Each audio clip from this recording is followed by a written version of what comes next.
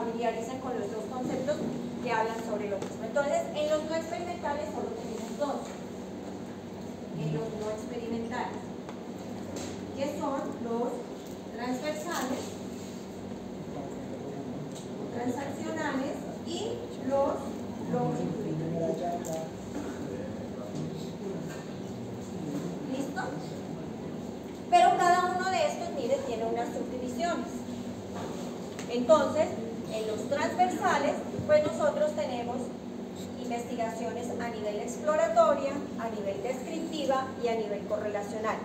Si yo tengo algún tipo de investigación de este tipo de alcances, pues puede ser transaccional o transversal. ¿De qué depende esto?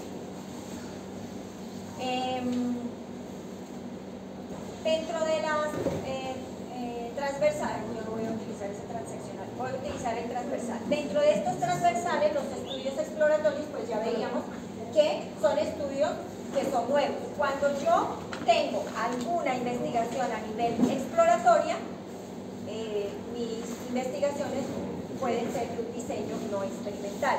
O si lo hago a nivel descriptivo, puede ser no experimental.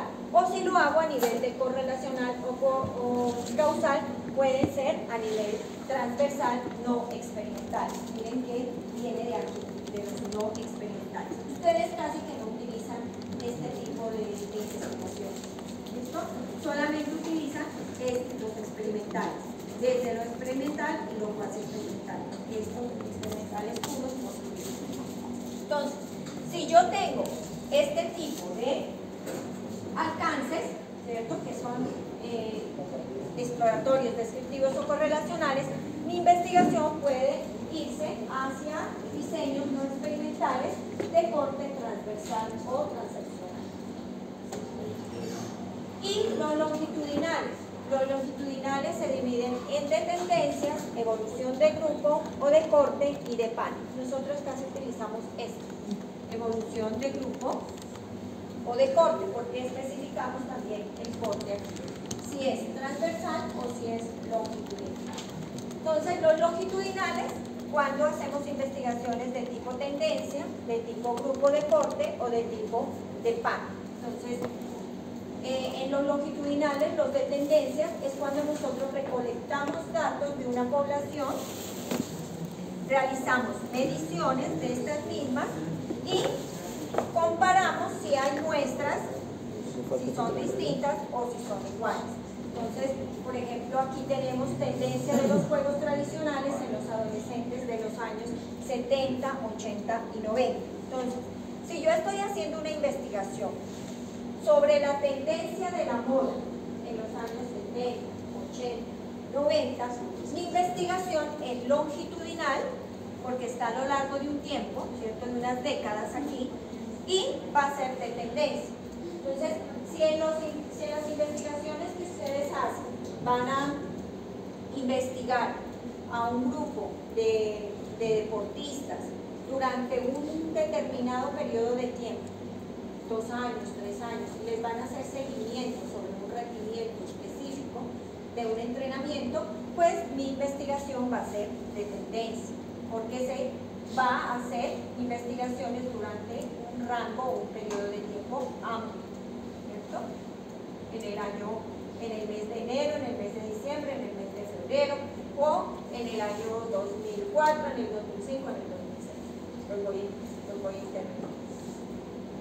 La evolución de corte es cuando yo trabajo con grupos específicos que poseen una característica común y que se encuentran vinculados a factores como edad, religión, geografía. Entonces, si yo voy a hacer una investigación que tenga estas características, donde yo voy a hacer un estudio en los que yo tenga que comparar el tipo de edad, el tipo de religión, el tipo de región geográfica, el tipo de deporte que practican ellos, el tipo de actividad física que practican, que tengan unas características específicas como tal, por ejemplo, que sea una muestra con un tipo de diagnóstico, un síndrome de Down, pacientes con obesidad mórbida, pacientes con dificultades cardíacas, que yo voy a hacer un tipo de intervención, un programa, pues estoy hablando de tipos de evolución de grupo de corte, porque tienen unas características específicas esos sujetos que yo voy a intervenir. Y los de panel, que pues casi que aquí en educación física casi que utilizamos esto, más los de corte, casi los de tendencias y los de panel, pues esta más de tendencias se utilizan en las investigaciones descriptivas y los de panel pues sí se utilizan como en las investigaciones cuasi experimentales o en las de estudios de laboratorio, que son las causales, ¿no? Estas de los experimentales duros. Entonces los de panel son grupos de personas que son distintas entre sí. Esa es una de las características de panel. Entonces las mediciones que nosotros hacemos en esas poblaciones de distinto origen, de distintas características, de distintos conocimientos, pues vamos a hacer unas mediciones iguales a unas personas con características diferentes y lo que vamos a trabajar aquí es que lo vamos a hacer en unos tiempos y en unos momentos específicos dentro del proceso de investigación. Entonces los longitudinales pues siempre son tipos de diseños no experimentales que tienen como estas características muy puntuales.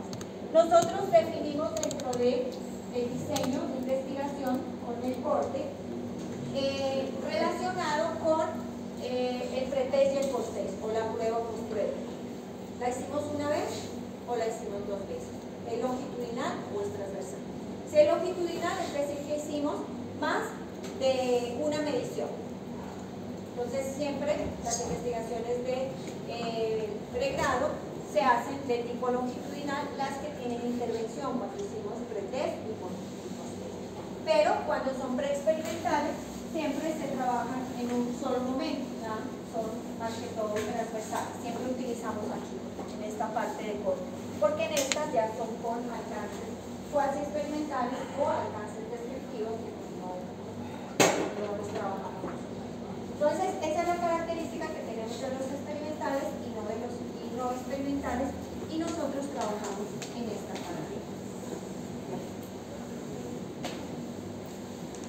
Bueno, aquí tenemos unas como sugerencias, cuando pues esto depende de la población, del contexto en el que yo estoy trabajando, que no es que sea una camisa de fuerza, pero sí Hernández y Mendoza nos dan como ideas de las muestras que nosotros tenemos que tener para hacer un trabajo pues, de selección y que podamos hacer un pretest, un post-test, un diseño experimental o cuasi experimental.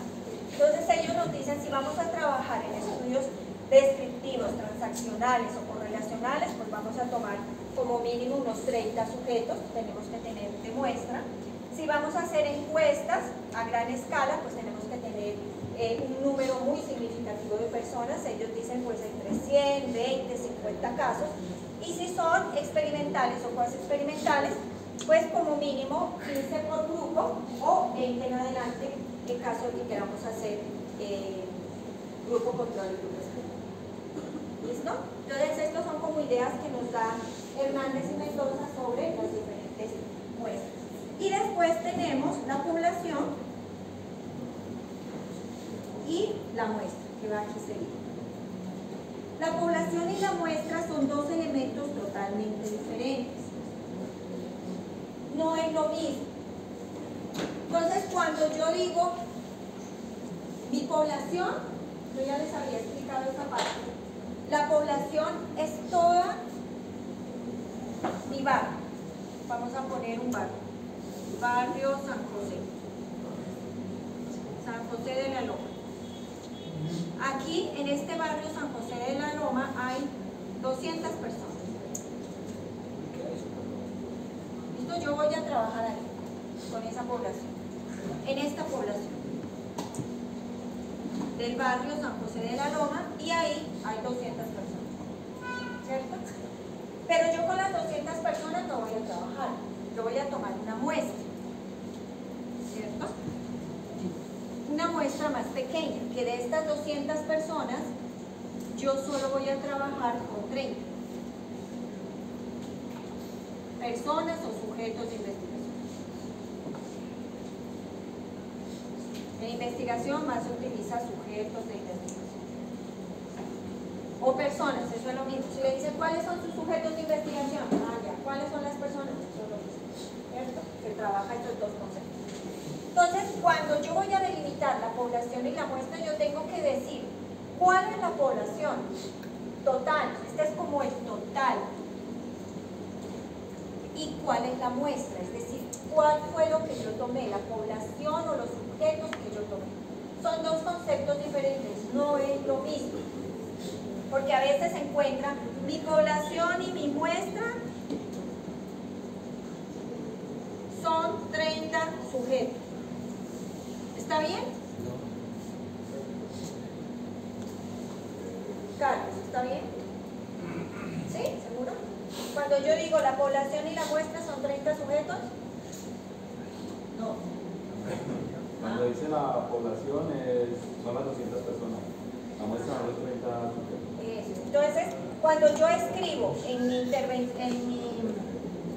cuando yo escribo en el documento población y muestra 30 sujetos, ¿está bien? No. No, tengo que separar. ¿Cierto? Yo tengo que decir la población del barrio San José de la Loma son 200 sujetos, de los cuales yo voy a tomar, se tomó, no yo no, porque nunca se hace en primera persona, se tomó una muestra de 30 personas, o 30 sujetos de investigación. Ahí está bien escrito. No es lo mismo. Una cosa es la población y otra es la muestra. Y tengo que informar de las dos. Ocurre a veces que si yo voy a trabajar con un grupo de baloncesto, me dicen que son 12, el equipo está conformado por 12 sujetos, ¿cierto? Entonces yo tengo que decir, mi población son 12 sujetos que practican X deporte y la muestra son los mismos 12 sujetos. ¿Listo? Porque no puedo separarlos, tengo que trabajar con el equipo y no hay más población, esa es toda mi población. Pero tengo que separar, tengo que informar. Son 12 la población y mi muestra son 12. Siempre tengo que separar. O cuando encuentro estas diferencias, también debo hacer la separación de población. ¿Y qué son los criterios de inclusión y de exclusión? Los criterios de inclusión y de exclusión me permiten a mí identificar características de la muestra y a quienes yo puedo incluir o a quienes yo voy a excluir de la investigación. Pero yo no las excluyo ni por discriminación, ni tampoco como que al ojo, este sí, este no, este está gordito, este está flaquito, este es más alto, este no, ¿cierto? Eso depende de mi problemática. Si por ejemplo, mi programa de investigación o mi propuesta de investigación, yo voy a hacer un programa de intervención sobre rendimiento académico en el área de matemáticas. ¿Listo? Yo voy a incluir, ¿a quiénes tendría que incluir? ¿A quiénes incluyo? ¿Y a quiénes excluyo? La primera condición es a quienes quieran participar, ¿cierto? Por eso yo hago un consentimiento informado. Habrá niños que los papás no les van a firmar el consentimiento informado. Entonces yo incluyo a todos aquellos que acepten participar a través del consentimiento informado. Y excluyo a aquellos chicos que no van a participar con el consentimiento informado. ¿Cierto? Pero no hay necesidad de poner incluyo y excluyo, no. Con decir que yo incluyo a los que firman el consentimiento informado, ya se da por entendido que los que no lo firmen pues no van a estar en la investigación, ¿cierto? ¿A quiénes más tendría que incluir y excluir? Incluiría aquellos niños que tienen bajo rendimiento en matemáticas, porque los que tienen alto rendimiento, pues el programa no me va a generar ningún cambio. Tendría que incluir aquellos chicos que tienen bajo rendimiento académico. Excluir aquellos niños que de quinto de primaria, voy a excluir aquellos niños que no pertenezcan al grupo de quinto de primaria. Voy a excluir aquellos niños que no estén matriculados en este grado. Si tienen alguna condición especial, también los voy a excluir, porque puede ser que los niños que entran en inclusión no puedan desarrollar las actividades que yo voy a hacer de rendimiento académico.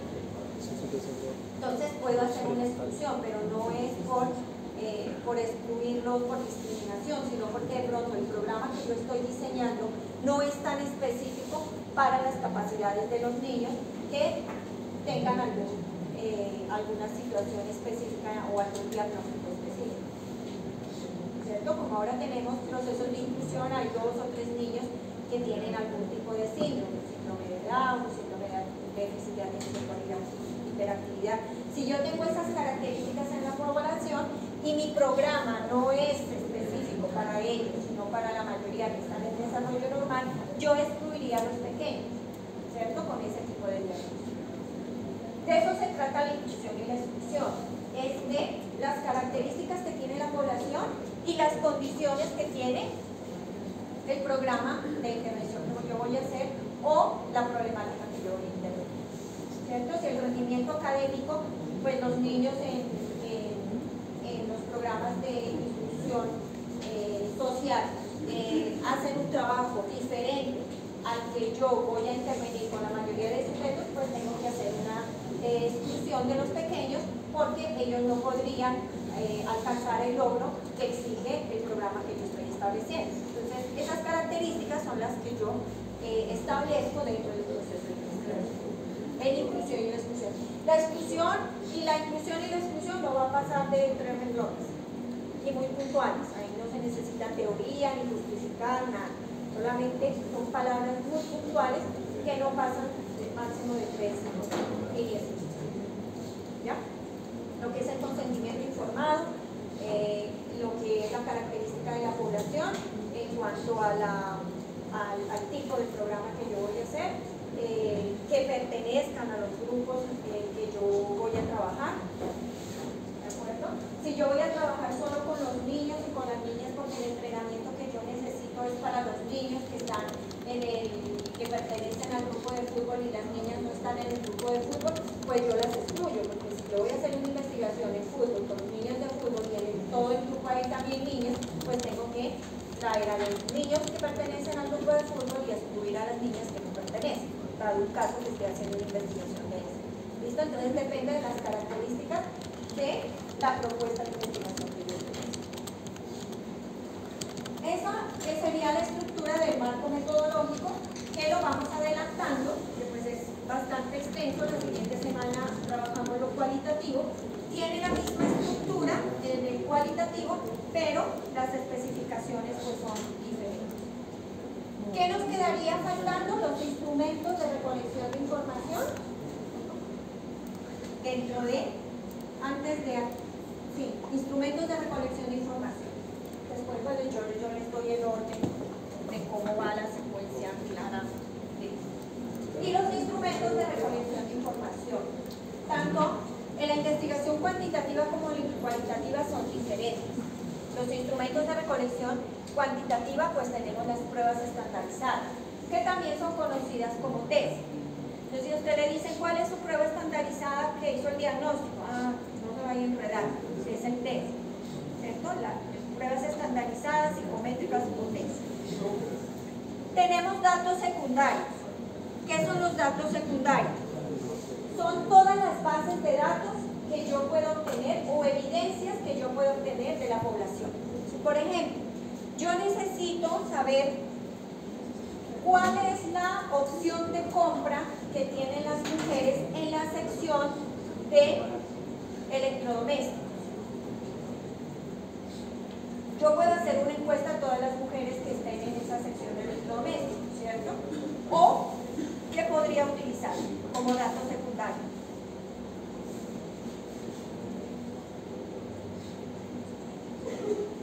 El inventario de compras que hacen las, ¿cierto? O los videos, las cámaras de seguridad. Yo creo que va más de los videos porque no en todos los supermercados Se pregunta si paga un hombre o una mujer. no le piden hacer la identificación. Los videos. Para saber qué agarran las mujeres en esa sección de electrodomésticos. ¿Cierto? Esos son datos secundarios. Si yo en una escuela, en una institución educativa, quiero saber cuáles son los... a ver, voy a hacer una investigación sobre el rendimiento académico en un área específica. ¿Yo a dónde tendría que ir a mirar el rendimiento académico? Porque le pregunto cómo es un rendimiento académico, cómo es un rendimiento académico. ¿A dónde tendría que ir? ¿Y allá qué documento puedo extraer? El boletín. Los boletines. Eso, boletín de notas. Esos son los datos secundarios. Son todas aquellas bases de datos o evidencias a través de videos o a través de documentos que yo pueda utilizar para sustentar mi investigación. Otra, los diagnósticos médicos por lesiones, por algún tipo de enfermedad, ¿cierto? Esos también están dentro de los datos secundarios. Esos son como Las historias clínicas, los diagnósticos médicos o historias clínicas. ¿De acuerdo? Eso se configura como datos secundarios, que son instrumentos de investigación cuantitativa que yo puedo utilizar. Instrumentos mecánicos o eléctricos, ¿qué se les ocurre ahí? Los videos, las cámaras de seguridad, ¿cierto? Que yo puedo utilizar. ¿Qué más? Videos que yo puedo grabar a un equipo mientras está jugando para después analizar cómo es la jugada que hicieron, ¿cierto? ¿Qué más podemos ahí? Exacto, la toma de la presión, la toma de muestras de sangre, ¿cierto? El ritmo cardíaco, que a veces ustedes tienen que utilizar ese tipo de instrumentos. De la densidad mineral ósea. ¿Listo? Aquí están, instrumentos mecánicos o eléctricos que ustedes pueden utilizar. ¿Puedo utilizar uno? ¿Sí? ¿Puedo utilizar dos? Sí. También, a veces hay investigaciones que requieren prueba estandarizada, datos secundarios y instrumentos mecánicos. No, o sea, no es que uno nomás puede utilizar. ¿Puede utilizar uno? Sí. ¿Puede utilizar más de uno? Sí, también. ¿Listo? Cuestionarios o encuestas. ¿Cuál es la diferencia entre estos dos?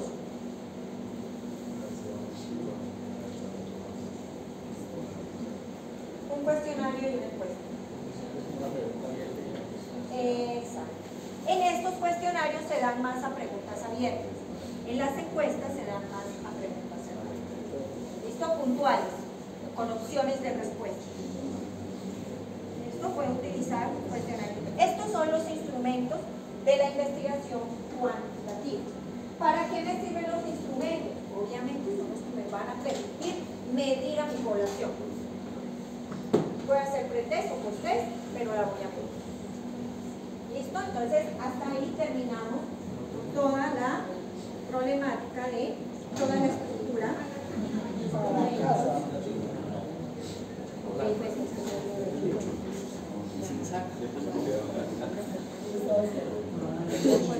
¿Listo? Estos son los instrumentos de recolección del enfoque cuantitativo. Por favor, no me vayan a poner acá entrevistas, nada. Son estos. No hay más. ¿Vale? Memorizarse esto.